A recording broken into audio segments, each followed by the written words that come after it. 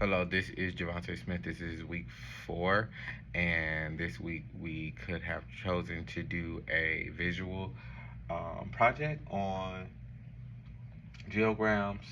I decided that I wanted to do my mother side of the family instead of my dad, only because my dad family is a kind of a bit all over the place. However, my mom family is more so structured.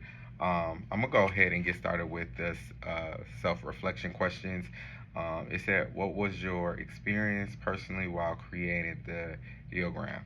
I would say going into this, I thought it was gonna be extremely easy because I know so much about my mom's side of the family, and um, understanding the big picture of the family and really emphasizing on, because they're more so put together in a sense than my father's. I would compare the two and say it was easier. However, after several times of me like thinking about it, I literally had to go to my grandpa because I can't go to my mom because she passed away. So I had to go to my grandpa and literally sit down.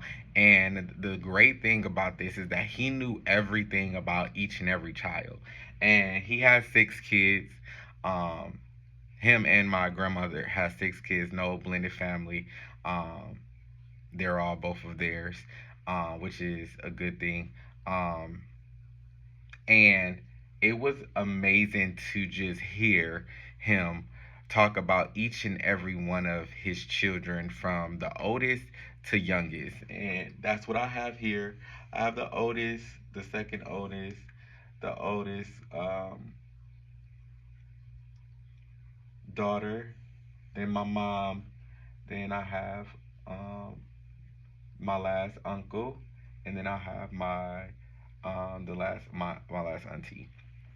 Um, all of these, as I begin to form this um, unit, this union, I noticed that this was hard to do because, again, we focus so much on the big family instead of individual. And this shows the individual piece of everyone and how a family is well put together, even when you think that it's so much negative about families. Because I say all the time, yeah, my family did this or my family. I always think about the negative, and just looking at this really gave me like put smiles to my face because I know I'm a part of a union. I'm a part of history. I'm a part of a family.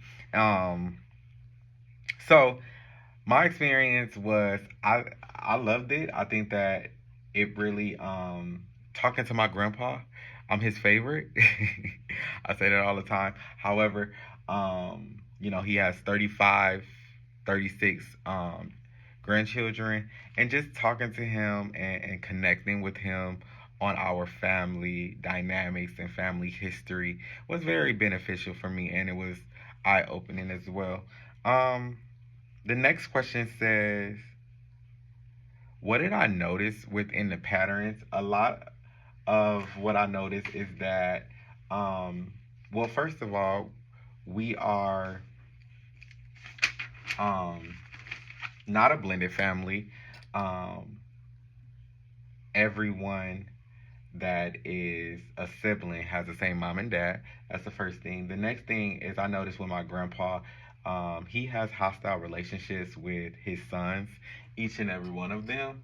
And as he was talking to me, I didn't notice that he didn't have a father figure in his life, so he did the best that he could um, with tough love with his children, his sons to be exact. So his relationship was not the best with his sons. However, it was different from his daughters because his daughters was more so his babies. And my mom and aunties are daddy girl. So I did notice that the gap drawing the connection with his sons was a really challenge for him because he did not have a father figure. I also noticed with my grandma, she did, which is here, she had dealt with breast cancer once. However, it passed down from generation to my mother, in which she passed away from recently in 2022. And one of my cousins is also dealing with breast cancer now as well, um, which she's still alive and fighting through. That's another thing that I noticed. Another thing that I noticed about my entire family is, as you can see, there is really big. My family is really big on smoking, whether it's smoking cigarettes or smoking cigarettes or smoking weed, which we have that extremely bad because my grandpa was um, he dealt with substance abuse when he was younger, in which he um, did a lot of smoking and drinking.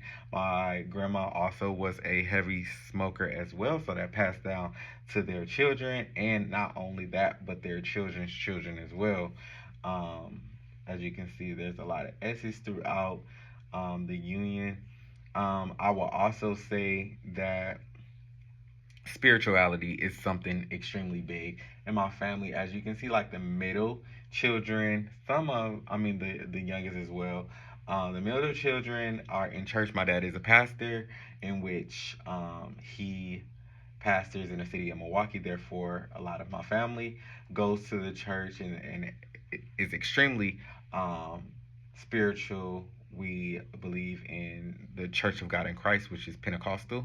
Um, Now there are some that doesn't necessarily on the older end that do not they're spiritual, however, um they belief waver just a little bit, and I also noticed that as well. Those are some of the things that I have noticed. As you can see, little things such as pregnancies. We do have a set of twins within the family. We also notice that the men in the family get divorced, while the ladies of my mother's siblings, they um, are married, happily married. Um, that's what I did notice as well, and yeah, that's all I noticed.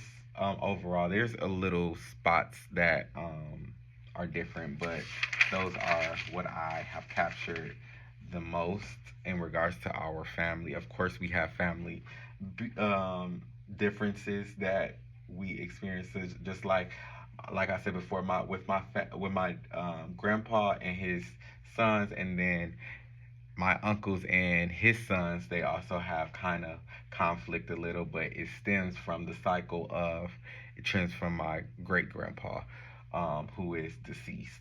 So it's a resolving cycle that continues to happen within the family, but someone has to break the cycle.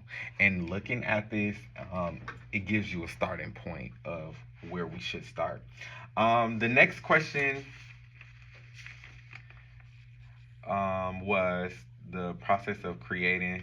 Like I said, it was at first it was extremely easy. I thought, because I know all my uncles and aunties. However, when you really dive deep and getting to know them personally and what each of them has to bring to the table, it can get challenging. In which I had to go to my grandpa about. Some of the new things that I noticed about my family is um, the conflict part. I did not know everyone or a lot of the family had conflict with each other, but again, it stems from the head, um, in which my grandpa and grandma, their relationship wasn't the best. However, they, you know, remained married until my grandma passed away in 2023. Um, but it was a lot of conflict that was uh, what is the word I'm looking for? There's a lot of conflict that was spread throughout the union of my family, in which it stemmed from the head and just kind of trickled down in a way. But when we need to come together, I guess we come together because it's really hidden.